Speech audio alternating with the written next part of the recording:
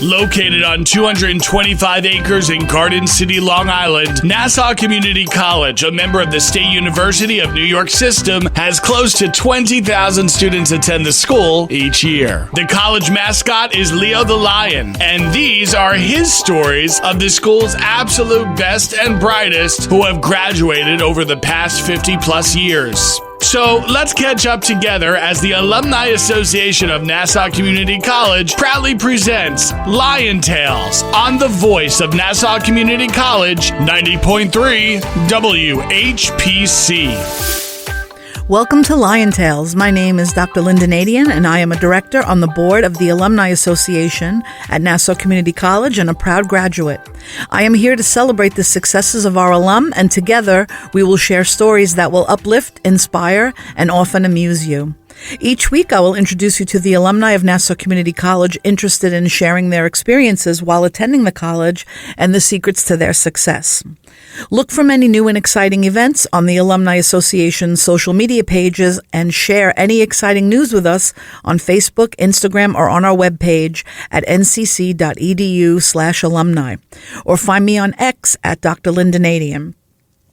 The lion is the mascot for Nassau Community College. The lion is associated with balancing power, intention, physical strength, and grace. Our alum possess these same characteristics and symbolize courage, strength, and valor. Lions are a symbol of royalty, and all of our alum contribute to the beauty of our college society. Together, we are Lion Tales. Today, I would like to welcome to Lion Tales Amanda Giacometti, class of 2022. Amanda received her associate's degree from Nassau Community College in 2021. She is currently an education major at SUNY Old Westbury. She loves working with children. She walked at the NCC graduation in May of 2022 due to COVID, but some of her time here was a little bit interrupted, but she managed to persevere. Amanda loves sports, music, and spending time with her friends. She loves softball and is a singer. Amanda is interested in teaching English and social work. Welcome to Lion Tales, Amanda Giacometti, class of 2022. Hello, thank you for having me. Thank you for being here. So what were your intentions going back from high school graduation and then prior to entering Nassau? What were some of your aspirations at that point? So I was pretty in between majors, and I didn't really want to commit to a four-year school, but I knew that Nassau was a really safe option just to get a great education and also explore my options. My brother went there for a little while as well, so I knew that he was having a good experience. So I decided to enter as an education major. I eventually switched to a social work major. I switched out of social work and finished my degree in liberal arts. Great. And then when you went over to SUNY Old Westbury, they accepted all those liberal arts credits, correct? Yes, so all my liberal arts credits were accepted. Some of them were a little bit extra at Nassau. I went a little bit over the credits, but everything was accepted. And then I did some prereqs for the education department, and then I was eventually admitted about a semester later. And then what were some of your interests at the time? Like what were you're thinking about education, but also thinking about social work? How did you sort of decide what was right for you at the time? I always knew I loved to work with kids. I always had a knack for kids. I always loved to be around them, and I felt like I got along with them a little bit better than adults sometimes. Mm-hmm. So I went in my whole life kind of just wanting to be a teacher, but that other aspect of your life kind of sits in the back of your head a little bit. Yeah. So I thought Nassau was a great place to explore it, especially because they had the department, and I knew some people in the department who were succeeding and were having great experiences. So I had a great experience in the department. Everybody was great. Everybody was really accommodating. And eventually I just kind of realized that it wasn't for me. And I actually had an advisor at Nassau speak to me about it and really guide me through it. And I kind of came to the conclusion that I love teaching, and I wanted to be on the other side of that child interaction. So. That's great. It's great to know that an advisor was able to really, provide some insight into, what you would do moving forward, and especially because this is a community college and it's a 2-year school, and then you're moving to the 4-year, and that's sort of a big choice as well. What were some of the courses that really inspired you here that you enjoyed and that you would recommend? So one course I thought I was going to absolutely hate, but I actually really loved, was public speaking. Okay. I am a tough public speaker. I know it's kind of hard because I want to be a teacher, but I am a little bit of a tough public speaker.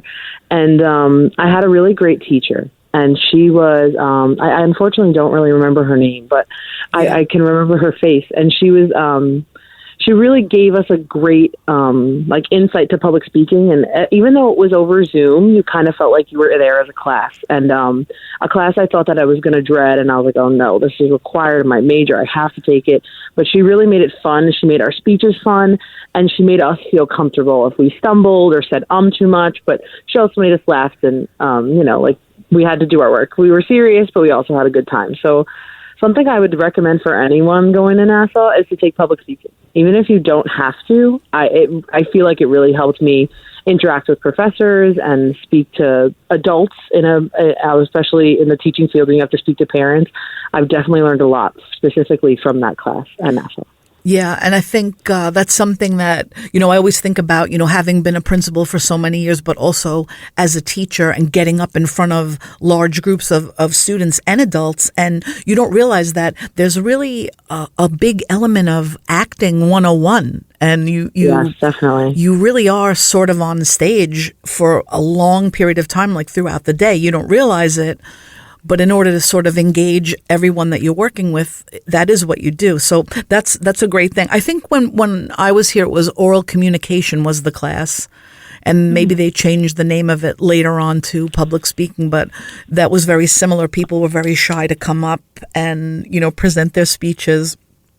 And now it's something that I have to do so often that it's like second nature, but I am happy that I had those experiences as well. So when you decided to pursue education, what were you thinking about, elementary or secondary, or you just wanted to teach? So originally I just wanted to teach. I just wanted to get my foot in the door and I wanted to get out there and learn everything I could. I am working currently in early ed. And after working in early ed for a couple of years, I liked the little ones, but I also kind of wanted that challenge of an older one. Yeah. So when I went into Old Westbury, I kind of picked like a happy medium, and I figured 1 to 6 was a good age group. And advised by you as well, because I've taken 2 courses with you at Old Westbury to explore something new in your master's degree. So for now, I'll be finishing my bachelor's in elementary education, grades 1 through 6, in December, but I'll walk in May, and then I can hopefully start my master's. And I'm kind of leaning towards higher ed, so like 7 to 12. I haven't officially decided yet, but I know that early ed is great age, but I wanted to challenge myself into a little bit of the higher grades. I have some teachers in my family who are in elementary and they love it, and a lot of great experiences behind it, especially learning from you. So yeah, that was great too. The pre-K through 12, that whole like spectrum, a lot of people will say, oh, I really love, pre-K and K, but then when they start to go up a little bit and maybe they do 5th grade or 4th grade, they really like that. And then they move to 7th grade or 8th grade and they love that. So I always say, try to be the expert, pre-K through 12, because then wherever you end up, you'll be able to do the best job that you can do, because it can be very challenging because there's a lot of work for teachers to do. And speaking of the challenges, what do you think are some of the challenges for an educator at this point, based on your experience just observing last semester and now moving into your student teaching portion? 2 of the challenges I saw is specifically in my observing school was collaboration between teachers. That also seemed, my teachers did a really great job with it, specifically in my rooms, but I did notice throughout the school that sometimes that collaboration was really difficult. So I feel like teacher interaction, teacher collaboration can definitely be something difficult. Like, if, for example, a lot of teachers, when you do a bulletin board or you do an activity, a lot of teachers do get offended, like that if somebody else copies you, quote unquote. But for me, I kind of take it as a compliment. Like, you really liked my work and you made it your own, and now we can share this together. So that was something that I learned from my observing teacher, was that sometimes somebody's not trying to copy you. They're trying to mimic your work because they love what you did. And another challenge I saw was just like technology. It's like, technology took over our life, and especially in the teaching world. And my teacher struggled a lot with technology, and even while I was there, in the couple of months, she got new technology thrown at her and she had no idea how to use it. She was provided with a lot of assistance and everything, but she was also a very seasoned teacher. She was there for over 30 years. So for her, she had a lot of prior strategies. She didn't come in with this technology. So just integrating technology into the workforce is definitely something challenging and something that's going to be further pushed towards us. You are listening to Lion Tales on the voice of Nassau Community College, 90.3 WHPC. My name is Dr. Lynnda Nadien, and our guest today is Amanda Giacometti, class of 2022. So looking back at some of these challenges, what do you think the young children need in the classroom today? Because we're faced with so much, so many challenges as far as what students can and cannot do, and the little ones coming in too. There's a lot of pressure on them. What are you seeing that we need to probably do that maybe they're not getting yet? And how do we kind of make sure that the parents are aware of what the children need as well? So one of the most important things I saw with the children is support. It seemed like I was in a classroom with 14 children, which is a typical small classroom from what I've heard. And she expressed to me how much support even those 14 children need. So when you're in a regular class of 25, it's going to require a lot of support. So something I observed that was really important for our young kids coming in is support about their home lives and about their school lives. You never know what's going on with home with a child. You never know the support that they're gaining at home and the support that they're not gaining at home. The support that they are gaining is really important at school because you're their outlet, you're their second home. Some other things I feel like the young children need coming in is just resources going hand in hand with that support. A lot of kids benefit now that I've been in a classroom for the first time, a real classroom for the first time this past semester, was that my teacher really used an ample amount of material, like physical material that the kids could play with, that they could manipulate. And that for a lot of struggling students was the biggest factor. So for me, what I noticed in the classroom is that manipulatives, hands-on activities, lots and lots of material being easily provided for students is really helpful. Unfortunately, some districts can't easily provide. And teachers will have to find their ways around that and, make shift and make do. But making resources for students and making that an opportunity, I think, is something I saw that was really important. Yeah. And when it comes to, just the beginning of reading and writing, what are some strategies that you felt were working to engage the students? Maybe books that you like using or the way in which they responded if a story was read to them. Anything that you felt, sort of stood out that actually worked? So I went into a school that was using a different phonemic awareness. It was called phonemic awareness, what they did. And it was very engaging with the students. The book didn't come that way. It wasn't very engaging. It was supposed to be like the teacher reads and you just follow. The teacher that I had kind of made it her own and really helped out her students in that engaging aspect and that factor. So that was something I saw on the phonemic awareness side. She used a lot of hand gestures. She did a lot of smartboard activities. She used a lot of Kahoot-like games. They weren't really Kahoot, but they were very similar. And that really seemed to help her students. The students in the school I was at were provided with iPads, and they were provided with different. One of them was called Pebbles Go, so the teacher could upload all of her things on that app, and at any time, the students would have all of that material available to them. That was something I thought was helpful for their reading. It also had a highlighter feature and a read aloud feature so that the students could follow along or read on their own. Writing, my teacher usually had, which I thought was really nice. Every day they wrote a journal, and no matter what it was, she used to give them topics, anything of the sort, and they would write about it, and it was phenomenal the way that they wrote about things that they cared about and the things that they loved, and creating topics, headings. That to me really helped with their writing skills. In the 2 months that I was there, I saw kids go from chicken scratch to like second grade writing, and I was in a first grade classroom. That was, I saw, really helpful in the writing department. Yeah, and that's such a critical age, because they're really, some of them are just 5 turning 6. They're not, they've only been on Earth for 60 months and they're expected to do so much that, that's why for teachers it becomes such a challenge. Now, you have a background in sports and also in music. How would you think that you could integrate, some of that expertise into the curriculum? So like I said, I think kids now are, from what I'm seeing, are using a lot more hands-on activities, especially in music. I feel like music is really an outlet for some students and something that they can really benefit from.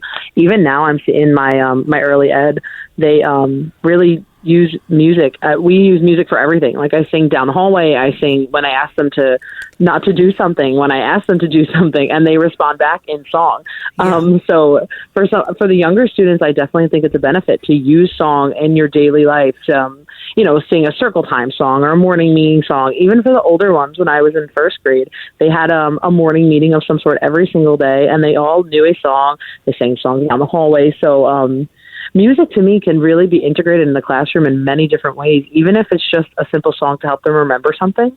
I think it's really important to integrate education and music into one. Kids love music, even if it's, a leisure activity. And growing up, I used music as an outlet as well to help me learn and to also help me escape. Yeah, and because, music is this universal language that everyone understands certain songs, and there are songs that are sung in other languages also, and students definitely respond to that. And it's interesting to see how, if, let's say something's on the radio or something's on TV and they hear it.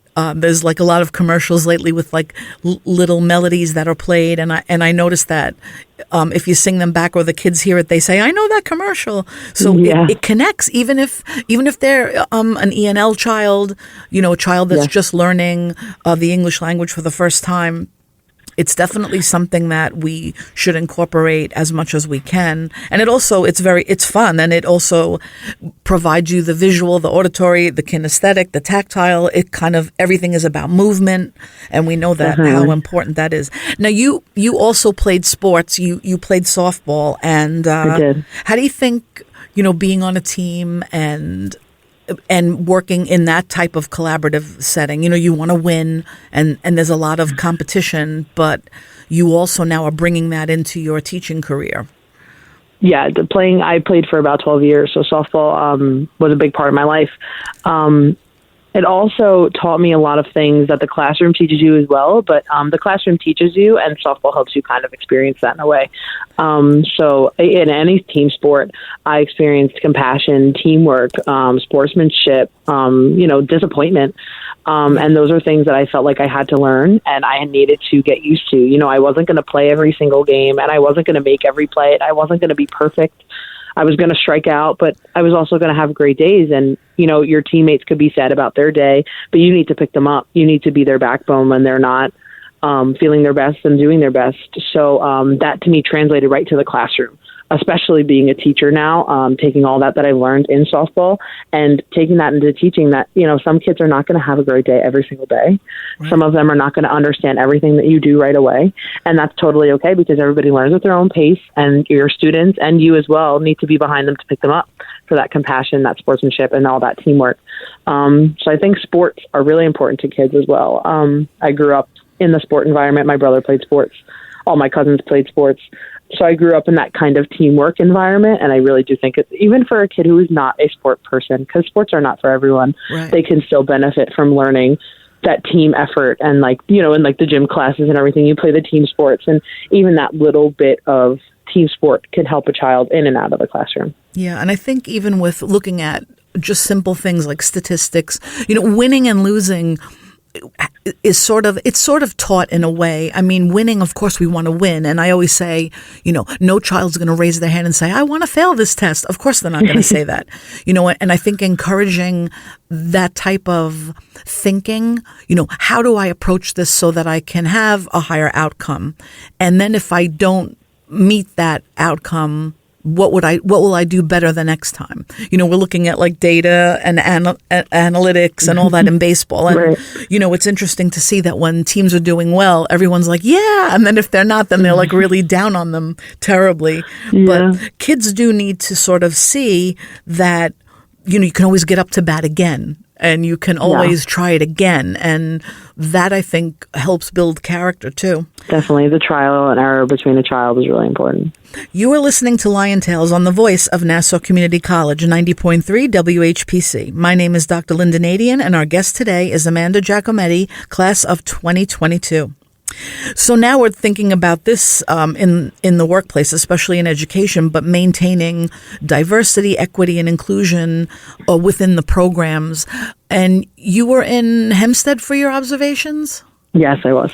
And so, you know, again, that's a very mixed population of students. How did you find the school district was actually approaching, you know, these important topics of diversity, equity, and inclusion within the work that you were expected to do? So in the specific school that I was in, I felt like their diversity was really important to the students, especially with the displays of artwork, the displays of posters and inspirational messages to the children that they can read throughout the day. To me, it was very integrated. It addressed all races. It addressed all ethnicities, cultures, and all different types of students. Every day, I do remember that they had, it was called like a news broadcast. It was kind of like their own version of the news in the morning. And they always had a quote of the day. They always had, everything was always in a different language as well. So some students who were experienced in Spanish was the main language of their other broadcasts. The broadcast would be done in English, and then the broadcast would be done in Spanish, so that the students who didn't understand English could also be a part of the broadcast as well. Something specific in my classroom that I thought was really interesting was they took a FLES class. It was called FLES, and it was kind of like, you know, they learned little things about every language and every culture, every background.